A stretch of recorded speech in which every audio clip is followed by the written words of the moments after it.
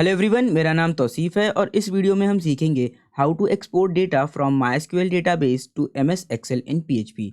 यानी कि MySQL database में जो डेटा रखा हुआ है उसको किस तरीके से एक एमएस एक्सेल फाइल में हम एक्सपोर्ट करेंगे पीएचपी की हेल्प से। तो इस चीज़ को हम यहाँ पे कवर अप करने वाले हैं। ऐसा करने की ज़रूरत क्यों पड़ती है इसके बारे में पहले बात कर लेते हैं। तो देखिए, इन केस अगर आपको अपने डेटाबेस में जो डेटा रखा हुआ है टेबल्स के फॉर्म में, अगर उसका बैकअप चाहिए, जैसे इन केस फ्यूचर में अगर आपको कोई उस पर कैलकुलेशन वगैरह करनी हुई या मान लीजिए एज़ अ बैकअप उसको रखना है, तो उस डेटा को आप एमएस एक्सेल फाइल में रख सकते हो। और उसके अलावा एमएस एक्सेल का जो डेटा होता है उसको भी बाद में आप चाहो तो डेटाबेस में इंपोर्ट कर सकते हो। तो इस चीज़ को हम बाद में सिखाएंगे। फिलहाल हम डेटा एक्सपोर्ट करना सीखेंगे एमएस एक्सेल फाइल में। इस वक्त हम अपने वेब ब्राउज़र में हैं। यहाँ पर हमने लर्न फ़ोल्डर के अंदर index.php को ओपन करके रखा है। यहाँ पे देखिए, आपको एक हेडिंग देखने को मिलेगी और एक टेबल, ठीक है?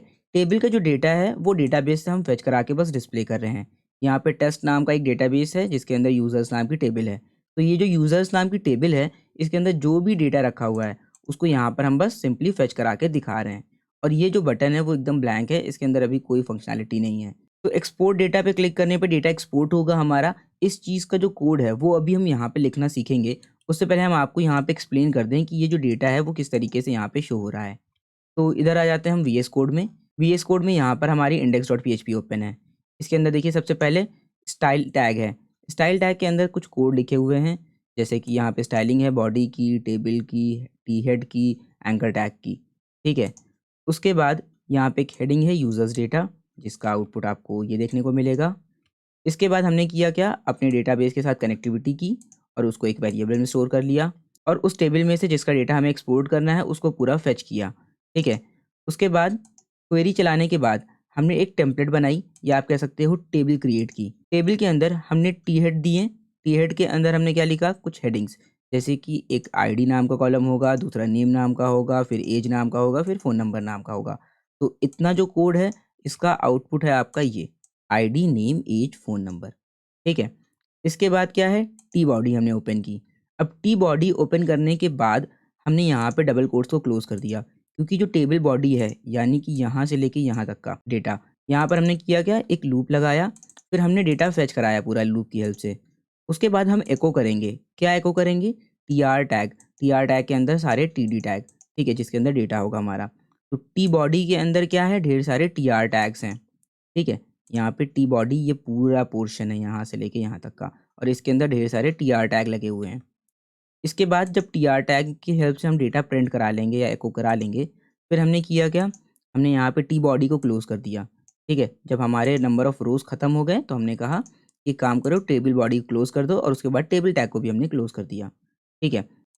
इसके बाद हमने यहाँ पे एक एंकर टैग ले लिया है, ठीक है। बेसिकली यहाँ पर असल में वो बटन नहीं है, ये बटन दिख रहा है आपको, ये बटन जैसा लग रहा है, ये बटन नहीं है, ठीक है। ये एंकर टैग है जिस पर हम क्लिक करेंगे अगर, तो हम पहुँच जाएंगे एक्सपोर्ट डॉट पीएचपी पे। और एक्सपोर्ट डॉट पीएचपी फ़िलहाल के लिए ब्लैंक है, यहाँ पे कुछ नहीं है, ठीक है। तो आई होप यहाँ तक का कोड आपको एक्सप्लेन हो गया होगा कि टेबल का बस डेटा फेच करा के दिखाया गया है, छोटी मोटी स्टाइलिंग की है और कुछ नहीं। अब बात आती है कि जब हम इस एक्सपोर्ट डॉट पीएचपी पे जाएंगे तो क्या होगा, ठीक है, यानी कि एंकर टैग पे क्लिक करेंगे तो क्या होगा। तो यहाँ पर हम करेंगे क्या कि एक्सपोर्ट डॉट पीएचपी पे पीएचपी स्क्रिप्ट को ओपन करेंगे, और इसके बाद यहाँ पर हमें करना क्या है, सिंपली ये जो इतना कोड लिखा है पीएचपी स्क्रिप्ट का, ठीक है, जिसमें हम टेबल का पूरा डेटा एको करा रहे हैं, तो इसी को हम बस यहाँ पे कॉपी करके पेस्ट कर देंगे। यहाँ तक देखिए, कनेक्शन किया सबसे पहले, क्योंकि डेटाबेस से डेटा हमें फेच कराना है। क्वेरी चलाई, उसके बाद एक पूरा टेम्पलेट या आप कह सकते हो टेबल क्रिएट की हमने। उसके बाद डेटा को एको कराया। अब इसका आउटपुट देख लेते हैं पहले। एक्सपोर्ट डेटा पे क्लिक किया, तो देखिए इसका आउटपुट कुछ इस तरीके से दिख रहा। जैसा हम यहाँ पे दिखा रहे हैं बिल्कुल सेम आउटपुट वैसा ही हमें यहाँ पे एक्सपोर्ट डॉट पीएचपी पे भी दिख रहा है। इसमें कोई भी फ़र्क नहीं है, बस स्टाइलिंग नहीं है, ठीक है। तो यहाँ पे एक काम करते हैं फ़िलहाल के लिए, टेबल में एक एट्रीब्यूट दे देते हैं बॉर्डर, और इसकी वैल्यू दे देते हैं 1, ठीक है। इसको सिंगल कोट्स में कर देते हैं। इधर आके रिफ्रेश करेंगे तो देखिए कुछ इस तरीके से हमारी टेबल दिख रही। तो आप कहोगे कि एक्सपोर्ट कहाँ हो रहा है, ये तो बस टेबल दिख रही है हमें। तो बेसिकली देखिए, यहाँ पर हमें एको नहीं कराना है। इस एको को हटाकर यहाँ पे हम एक वेरिएबल ले लेते हैं, मान लीजिए डेटा नाम का, और उस डेटा में ये स्टोर करा देते हैं। डेटा इक्वल्स टू इतना एचटीएमएल का कोड। आपको आई होप पता ही होगा कि जो पीएचपी के वेरिएबल होते हैं उसमें आप पूरा एचटीएमएल स्टोर करा सकते हो, ठीक है। तो डेटा में हमने ये स्टोर करा दिया। इसके बाद हमने कहा कि टीडी टैग तक तो स्टोर है ही डेटा में एज अ स्ट्रिंग, हम यहाँ पे कॉन्कैटिनेट करेंगे। हमने कहा डेटा में कॉन्कैटिनेट कर दो, डॉट लगा के इक्वल्स टू, ठीक है, यानी कि डेटा में जो कुछ है उसमें ये चीज़ और ऐडअप कर देना। तो ये टी आर टैग वगैरह डेटा में और बढ़ जाएगा। उसके बाद हमने कहा फिर से डॉलर डेटा में dollar data dot equals to, यहाँ पे ये जो इतना कोड है इसको भी कॉन्कैटिनेट कर दो। और इसके बाद इधर आकर अगर हम रिफ़्रेश करेंगे तो अब हमें कोई भी आउटपुट देखने को नहीं मिल रहा, क्योंकि यहाँ पर हम कोई भी चीज़ एको ही नहीं करा रहे हैं। तो इतना एचटीएमएल का कोड हमारा किस में सेव हो गया है, ये जो इतना पूरा है वो डॉलर डेटा में स्टोर है। तो चलो आउटपुट देख लेते हैं डॉलर डेटा का। इधर आकर रिफ्रेश किया तो देखिए यही सेम टेबल हमें अब देखने को मिली, क्योंकि ये एक वेरिएबल में स्टोर है। तो यहाँ पे डेटा हमें प्रिंट नहीं कराना है बल्कि एक्सपोर्ट करना है। तो यहाँ पर हम एक हेडर फंक्शन लेंगे। हेडर फंक्शन एक बहुत ही शानदार फंक्शन है जिसके बहुत सारे यूजेस हैं। इसके हेल्प से आप बता सकते हो कि सर्वर के थ्रू जो डेटा आ रहा है, जो रॉ डेटा आ रहा है आपके पास, उसको आपको किस तरीके से किस फॉर्मेट में आपको दिखाना है। उसके अलावा उसका कंटेंट टाइप क्या है। उसके अलावा आप लोकेशन वगैरह चेंज कर सकते हो। आप कैचिंग को कंट्रोल कर सकते हो, जो कैच हो जाता है डेटा उसको आप चाहो तो कंट्रोल कर सकते हो हेडर फंक्शन की हेल्प से। तो इसके बहुत सारे यूजेस हैं। तो इसमें हमें अभी के लिए लिखना है कंटेंट डैश टाइप, इसके बाद कोलन लगा के वैल्यू देंगे application slash XLS। MS Excel की जो फाइल होती है उसका फॉर्मेट यही होता है ना, XLS, ठीक है। तो ये दे दिया। फिर हमने कहा हेडर, हेडर के अंदर एक और हेडर हमने सेट किया। हमने कहा content dash disposition colon attachment. हमने कहा जो डेटा होगा वो असल में एक अटैचमेंट होगी, ठीक है, यानी कि उसको हमें स्टोर कराना होगा। अक्सर यहाँ पे जैसे मान लीजिए ये फाइल है, ठीक है, मान लीजिए ये PHP फाइल है, इसको हमें सेव करना है। तो हम कंट्रोल एस दबाते हैं तो ये क्या होता है, ये हमारा सेव करने का डायलॉग बॉक्स ओपन हो जाता है ना। तो ये डायलॉग बॉक्स के लिए यहाँ पे हमें लिखना पड़ रहा है कंटेंट डिस्पोजिशन, ठीक। फिर हमने कहा उसकी वैल्यू क्या है, अटैचमेंट है, एक तरह का अटैचमेंट है, एक तरह की फाइल है।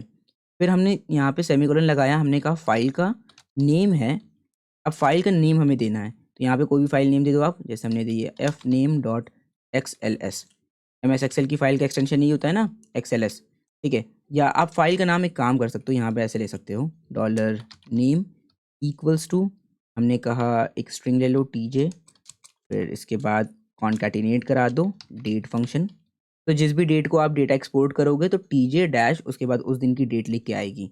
हमें डेट चाहिए फॉर्मेट में day dash month dash year, ठीक है, इस तरीके से। इसके बाद यहाँ पे बस एफ नेम की जगह पे हम लिख देंगे डॉलर नेम। सेव कर देते हैं। अब एक लास्ट काम बचा कि यहाँ पे जो हेडर फंक्शन होता है ये बताता है कि इसके नीचे कोई भी चीज़ जो एको हो रही है या जो भी प्रिंट हो रही है उसके साथ क्या करना है। तो हमने कहा इसके नीचे जो भी चीज़ होगी, हमने कहा एको कर दो डॉलर डेटा को, ठीक है।